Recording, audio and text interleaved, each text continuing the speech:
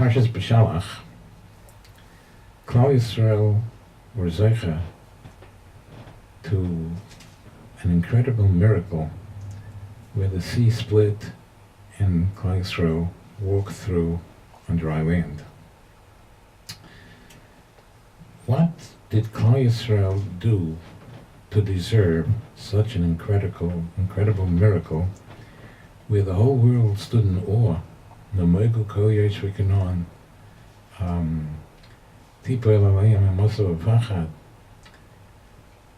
world stood in awe that there's a Rebbeinu Shalom on the world.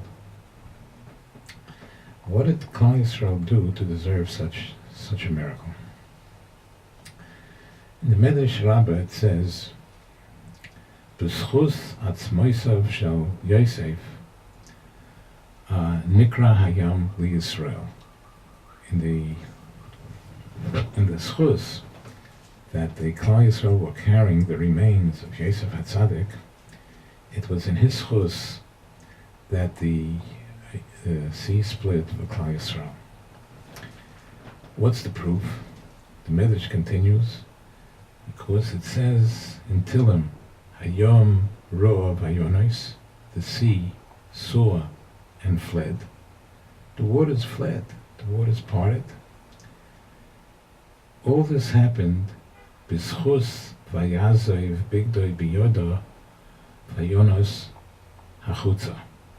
That when this wicked lady, the Eshes Potiphar, tried to seduce Yosef HaTzadik to sin, it says in the Torah, vayazev bigdoi biyodo, he left over his garment in her hand, and he fled. He fled. So because he fled, not wanting to commit a sin, that's why Hayom Ro'av Hayonos. That's why the sea fled. In that schus.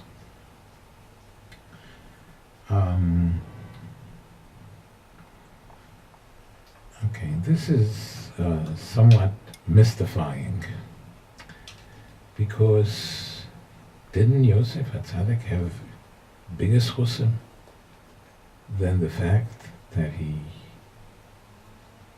fled, not wanting to do an Aveira? Didn't he have the entire Torah that Yaakov Avinu learned from Shem Ve'eva? And Yaakov gave it over to Yosef, the entire Torah that he learned, incredible amount of Torah. He had so much Torah.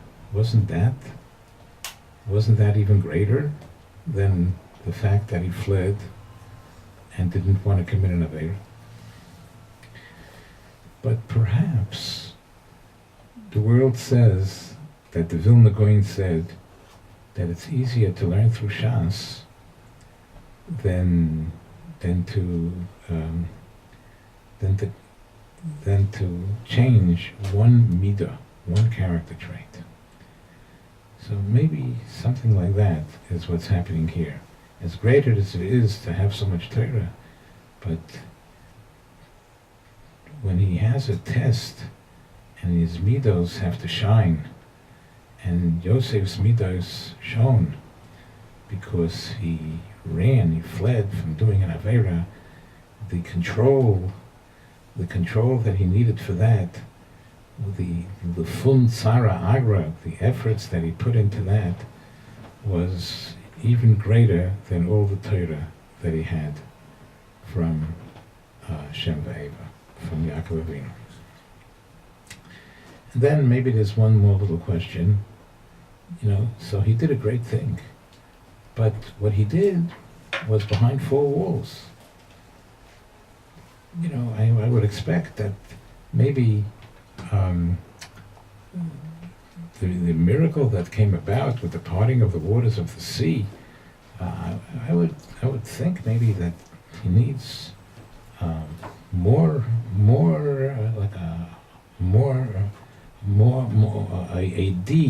a deed which is b'fnei kol am ve'eda, which is in front of so many people that they saw. Sort of, this would happen behind four walls.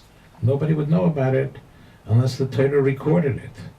So even this But we see from here, possibly, we see from here that